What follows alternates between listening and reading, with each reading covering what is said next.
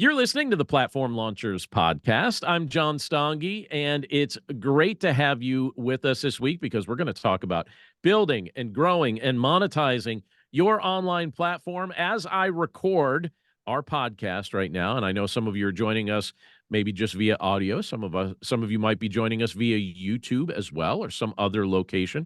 We're glad to have you. But as I record this, I'm present here with our members club. We have a bunch of members on the call live with us.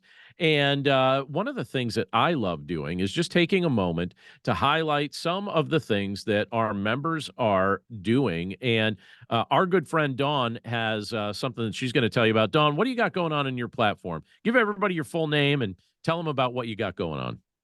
Thanks, John. My name is Dawn Marasco, and I'm honored to be able to share something that I created just recently. It goes along with my book, which is called Continuous Peace.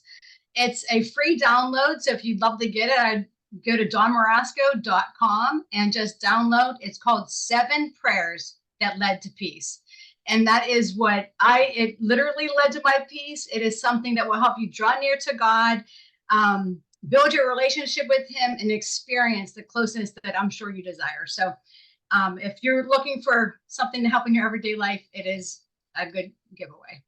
Love it. All right. So head over to dawnmarasco.com, and that's spelled Marasco. And make sure to download that. Awesome. Thanks for sharing that with our listening audience, Dawn. We really appreciate that.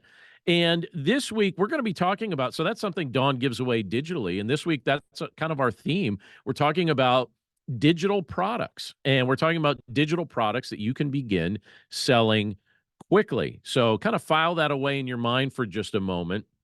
Let me tell you a little bit about my schedule, what I've got going on here, and why some of these subjects are really ringing in my mind lately. On Mondays, you've probably heard me mention that lately I've been reprising my role as a university professor. I did that for some years, and then I took a break from doing it. But then last year, I got back into teaching again at Cairn University in Langhorne, Pennsylvania. It's actually the university I graduated from as well. And so I've had a long relationship with the school.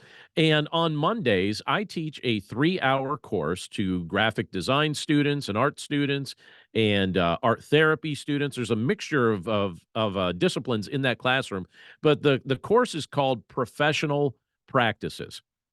And the purpose of the course is to enable students who are studying, again, various creative disciplines to learn how to turn their art into a profitable business. The classroom where I teach this, it's not a large classroom. It's actually a studio space that also doubles as a classroom. But because it's not a large room, it's actually easy for me to hear conversations between the students, even when I'm honestly not trying to. And a couple weeks ago, I overheard one particular student say something that I actually think a lot of creative people may have uttered at one point or another. This is what I heard her say. She said, "I don't think I'm ever going to make money from my art." And it really stood out to me. She said, "I don't think I'm ever going to make money from my art." Now, while I don't want her to continue to believe that, I realize that maybe at present she believes that, although I've been kind of working on that with her to try and encourage her to maybe think a little differently about it. But, even though I don't want her to continue believing that, I actually thought it was really helpful for her to admit that out loud. I was glad that she did, especially at this stage of the semester. We're still relatively early in the semester. So I was glad that she just admitted that out loud, because I'm sure she's not the only person who feels that way. She's just the person who had the courage to acknowledge what she was really thinking. And she admitted that this was something that she wrestled with. She didn't think that she was going to earn or be able to earn an income from the art that she creates. And if those of us who are new to creating various forms of online content, maybe that's you right now, if we were really honest with ourselves about the type of things we're thinking, we might actually say the same thing. We might actually feel the same way as this student. She's saying, I don't know if I'm ever going to make money from my art. And we might be thinking that about our creative content and the things that we're putting together with our online platforms. Maybe we are not convinced that we'll actually earn an income from what we're doing. And I know that I can't hear you and you can't hear me. I mean, I guess our members club can because they're live here on the call with me. But I'll just say this to those of you that are listening via the podcast, those of you that are listening via YouTube. Have you ever said that sort of thing to yourself, either out loud or in your mind, where you thought, I don't know if I'm ever going to be able to earn an income from the creative content I'm creating? Maybe you have. Well, if you have, and I bet you probably said that to yourself somewhere along the way. If you have, I am about to do my best to try to convince you that you do not have to feel that way forever. You're allowed to have felt that way in the past, but as much as possible, I'd like to convince you to leave that thought in the past because I'm going to show you some categories of things that you could probably sell relatively quickly.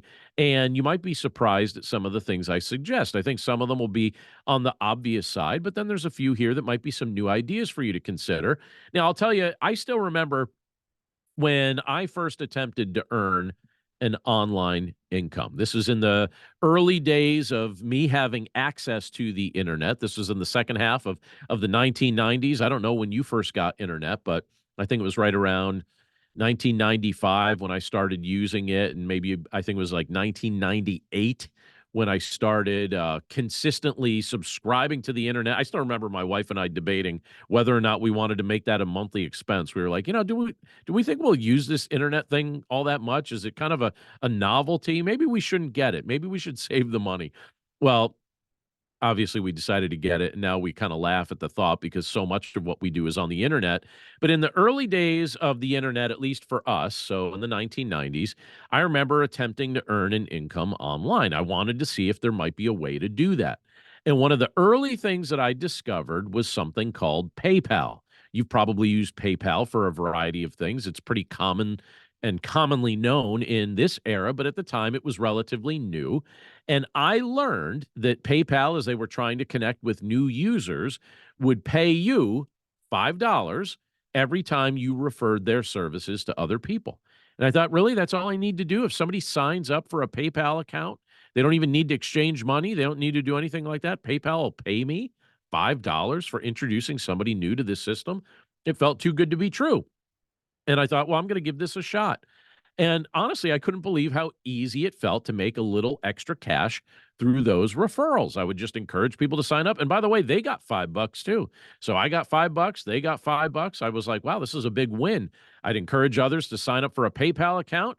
And it went great until my well of interested contacts ran dry. And I kind of ran out of people to introduce this to. And so it was nice for a time. And then it kind of went away. Well, right around that same time, I started thinking about some other things. And I remember it was almost at that exact same time I attempted to sell digital access to online diet plans. Now, I don't know if that sounds ridiculous to you or not, but this was something that I thought, maybe this would be a good approach to earning an income online. And in particular, there was one particular diet plan that I had used, and it had worked well for me there in the 90s. I had transitioned from college life to being a newly married man. And if you've ever looked at pictures of someone, a year or two after they get married, usually they put on a little weight. And I remember at the time thinking, I got to lose some of this weight. So I tried something, it worked for me, and then discovered, I could probably sell, I could be a reseller of this online. And so I had some moderate success with that. Certainly taught me a few lessons about business and marketing. But again, I didn't earn enough to stay motivated. And I didn't keep attempting to make additional sales because it just seemed like I lost interest in it. So I scrapped that idea, but I still was curious about this idea of earning an income online somehow. So now fast forward to today and where at this point now, decades later, I have a series of digital assets that enable me to earn an online income consistently. And some would argue in some of these areas, it almost feels like it's an automatic income. But when as I was learning through the years, as I was trying different things, as I was figuring out different ways people actually wanted me to serve them or the value that I could actually offer to other people, it helped me to set things up that are both helpful for others and also a win for me financially. And so it's allowed me to earn some income consistently. And like I said, sometimes a little bit automatically in some of these categories. My initial goal, those that are part of our members club, they've heard me say this many times, and And maybe if you've been listening to the podcast for a while, you've heard this as well. But my initial goal was to earn an average of $250 a day. That's what I wanted to be able to do. I thought, if I could earn an average of $250 a day, that felt like a really healthy income to be pulling in from the internet. So that's what I aimed to be able to do, and took a little while. But the cool thing was, once that milestone was reached, then after that, I started experiencing some days that were closer to $500, and then some days that were closer to $1,000, and then sometimes even more than that. So it's one of those things that once you start hitting certain levels, these things can begin scaling over time. So now I've become completely convinced that earning an online income is possible, because I'm not talking about it from a position of theory. I'm talking about it as one who actually earns an online income. And again, if you told me all this years ago when I was trying out those PayPal referrals, or when I was attempting to sell access to different diet plans and things like that, I would have been so grateful to know that there was a day when when it was like unlocked for me, or when I would finally figure out how to do this, or an approach that really worked well with the type of things that I'm interested in and the ways in which my audience prefers to be helped or served or blessed in a variety of ways. I would have wanted to know, though, as much as possible about it ahead of time if I could find it out. And the truth is, there's a lot I could say about this subject. It's not just one thing. But what I want to do, just for the sake of brevity, especially if you're somebody that's just getting started with some of these things, I just want to suggest three relatively simple ideas. Nothing's purely simple, but relatively simple ideas that might help you get started if this is a new concept for you. These are some of the areas that I think I would choose to focus on if I was just getting started. If I had to do this all over again, these are some areas that I think I would visit right away. And by the way, stick around, because at the end here, I'm actually going to share, in addition to these main three, I'm going to share some, I'll just call them a few bonus ideas that might be helpful to you as well. But let me just start with the three main ones that I want to focus on for this week's conversation. The first kind of digital product that I would focus on if I was just getting started, if I was looking for a category of a digital product that I could begin selling quickly, the very first one that I think I would focus on are services. So you might argue, well, that's not much of a product, but and you'd be right, but services are something that can be digitally delivered if they're the right kind of services. So I'm talking about things like coaching, I'm talking about things like editing, I'm talking about things like graphic design, I'm also talking about things like voiceover. This, and there's other things I could put in this category, but this is almost the best place to start for most people. And for many people, this continues to be their most profitable category of digitally delivered content, offering various services. Now, one of the service options that I just mentioned, coaching and voiceover, those two options tend to be the most consistently profitable categories for me. At one point I wasn't doing a whole lot of coaching. Then in time I started adding that, and it became a regular thing. But voiceover work I've been consistently doing for a while. Both of these are profitable services that I'm able to digitally deliver to those that request them, and they really add to the bottom line. Now, just to give you a picture, and I'll just be completely transparent with how much I charge for these things. When it comes to coaching, I typically charge somewhere on the scale of $200 to $300 an hour. I know there's some people that charge more for their coaching, and I know that there's some people that charge less. I charge somewhere between $200 to $300 for an hour of coaching. So that's how that goes. When it comes to voiceover work, and again, some of you are going to hear this and think that this is a bargain, because again, I know other people charge more for this, but this is what I charge, at least for now. I charge $30 per recorded minute at present. That's what I've decided to do. That's kind of my going rate. I do have some clients that pay me more than that. I have one client that consistently pays $90 per recorded minute. But on average, when new people contact me, especially depending on what field they tend to be in, I typically charge $30 per recorded minute for edited voiceover recordings. So, the recording levels are at the right level. Any background noise has been taken out, any mistakes I've made when recording it, all that. These are edited, finished recordings that they get, and I charge $30 per minute for that. And since I've been offering both of those services for years, the nice thing is at this point, I have a healthy pipeline of regular clients, people that I've served in the past that I continue to work with. It took a little while to build that pipeline, but now that that pipeline's in place, this ends up being a consistent source of regular income. So if you're thinking about digitally delivering things, if you're thinking about ways in which you can earn an income online, I'd encourage you to start thinking about some of the services that you could offer right away. It doesn't require you to create a product or anything like that. It's a service that you could offer right away. And I'd encourage you to be patient to build that pipeline, but also be persistent. There's a fine line between patience and persistence when it comes to building these things online. So if you can, walk that line of being a little bit of both. Be patient, but also be persistent if you're still in the process of building your pipeline for the first time. But just kind of keep these things in mind. Services tends to be a great place where you can start. And if your goal is to earn $250 a day, some of those service options that I just gave you, you could get there relatively quickly if you're consistent about doing this. But the second kind of digital product that I would focus on are online courses. Now, online education continues to grow in appeal.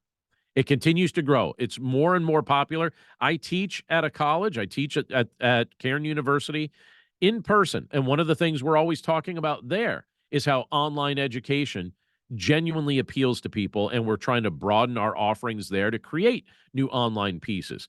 Online education is becoming the standard in many fields. People are using it many or much more than they used to. And for some learners, it's their preferred method of gaining knowledge. For some people, that's all they want. They don't want to go in person to different things. They just want to learn in an online context. But now, please keep in mind when I'm talking about courses, I'm not indicating that your course needs to be lengthy. In fact, one of the most popular categories of mini courses, or of courses themselves, I should say, are mini courses that tend to sell for like $50 or less. And for a mini course, I'm talking about like 2 hours or less of content. And in some cases, maybe even less than 1 hour of content. You can carve it up into 5 lessons, 6 lessons, 7 lessons, something like that. And what you do is you focus on solving a super specific problem that your ideal audience tends to reach out to you for help with. And as you do that, and as you make that available, you might be well on your way to developing a strong, performing digital asset, something that ends up becoming one of your tools to earn an online income. And the beautiful thing about creating a mini course, or even if you create a larger course, once you record it, it's done. You don't have to keep doing the work. You do it one time. All right, a third category that I'll throw out there that if I was just getting started, I would focus on. But the third category of digital products that you might want to consider are subscriptions. And I'm using that in a broad sense before narrowing it down because subscriptions take many forms. And in some cases, they may not be a product at all, but maybe more like means to have access to you as an expert in your field. So sometimes people, when they think of subscriptions, they think of a product that they have to produce, but it doesn't always have to be a product. Sometimes it's access to your expertise or access to your time. Now, there are all kinds of areas where you might be able to come up with a subscription idea. I have seen subscriptions for educational resources, and sometimes that can be really popular. I have seen subscriptions for group coaching. I have seen subscriptions. This has been a popular one lately for music lessons, whether it be voice lessons or instrument lessons.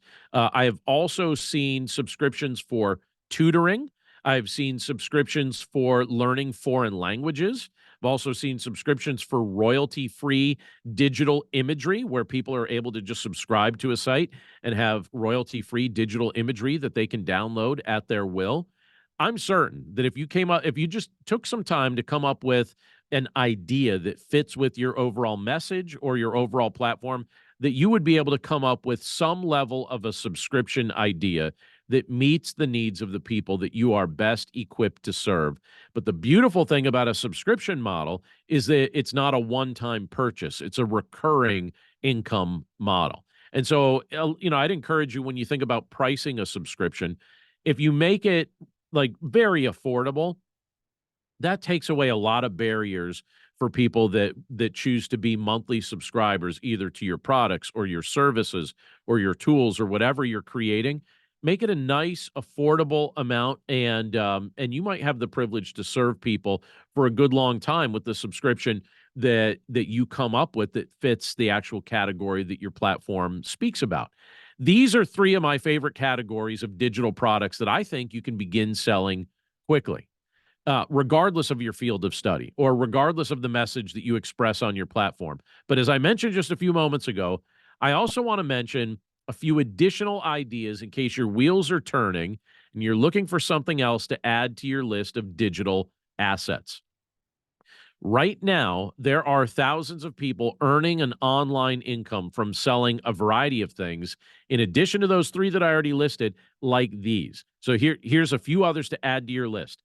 Templates, that can be a very popular thing. We're actually talking about templates with some of our members on our early bird session here before we went live with the podcast. And one of the things I was joking about with them, I said, hey, have you been reading my notes? Because we're going to talk about templates in just a little bit. But there are templates for all sorts of things. I've seen templates for sermons that have been for sale online in a subscription model. I've seen templates for other tools. Some people use templates for different design elements. So just kind of keep that in mind. Templates can be an option for you. Another option to consider would be apps. So if you're interested in doing some coding or app development, that could be something that you could digitally deliver. Another thing that is really, really popular in several different areas are lesson plans. If you're a teacher, whether it be in a traditional school context or a university context or a Sunday school context or a youth ministry context or a summer camp context, whatever it may be, lesson plans are a time saver. And I have seen people have a lot of success selling lesson plans. Something else that I've seen people digitally deliver, I know one person, he's a great musician who has created several musicals, and he licenses his musicals, especially around Christmas time. And so he digitally delivers those. And to be able to use these things, you just pay for a license, and then that licenses you to be able to use all the content for the musical. Something else I've seen digitally delivered are study guides. So you might be someone that's a voracious reader that has a knack for taking complex things and making them simple. I've seen people create study guides for things like tests and exams. I've seen people create study guides for things that are more along the lines of taking large pieces of content, maybe like content from a large book, and synthesizing it. We had a guest on here a while ago. She was one of our early guests on Platform Launchers that creates study guides for nurses and has a planner for nurses that really helps them, especially if they are new nurses, to keep track of all the technical terms that they need to learn. And she said at the time she was on, I think she had sold just about $2 million worth of those planners that she had put together that included those study guides for nurses. So that was amazing. That was more than 2 years ago. So it wouldn't surprise me if she's doubled that at this point. I've also seen people deliver educational audio. I've also seen people deliver ebooks, some of which they upload maybe to Amazon's platform, some they sell on their own. We were just talking with one of our members tonight about some that she's recently created. Again, there are all sorts of options to consider, but I'm just throwing these out there so that you have kind of a list of possibilities when you think about things that you could digitally deliver. The interesting thing about almost everything on this list that I've given you, whether it be the three main things or whether it be the sub options that I've talked about here, almost all of them are represented somewhere in the different platforms that I lead online and are part of that reservoir of digital content that I'm delivering. So I just throw that out there as something that you might want to consider, particularly maybe even if you have those three initial categories already covered. Now, let me give you a word of encouragement, because I know it can seem challenging to earn an income from your platform if you're in the early stages of development. But I can testify, as can many of the members of our Platform Launchers Members Club. We heard a lot of wins from the group tonight, which was really exciting. We can testify together that if given enough time and you're consistent about doing this, these are ideas that can work for you too. Don't think of it as impossible. Don't be one of those people telling yourself that you just can't earn an income. You absolutely can earn an income. The key is you have to stay focused on solving the problems that people are actually looking to you for help with. There are things people are asking you, and maybe even in some cases begging you to help them solve. Help them solve these things, and you'll be well on your way to earning a healthy income online. And I'll throw one other thing out there. If there's any way that I can help you, please do not hesitate to reach out to me. The easiest way to reach out to me is via email. My email address is john@platformlaunchers.com. John@platformlaunchers.com. I hope you'll reach out. I'd love to hear from you. And by the way, you'd head over to our website, platformlaunchers.com, and see other things that'll help you as well. We've got our 21-day platform development planning guide. We also give you a couple-week test drive of our members club. If you'd like to join us for one of these calls live, we'd love to meet you and interact with you. I think it'd be a lot of fun. But you can find that all at platformlaunchers.com. And if you just want to shoot me an email, just send that over to john@platformlaunchers.com. But that's it for us this week. Thank you so much for tuning into our podcast or tuning into our YouTube channel, wherever you're tuning in from. It's always great to be able to interact with you. And we look forward to catching up with you again right here next time. But in the meantime, make it a great week. Take care.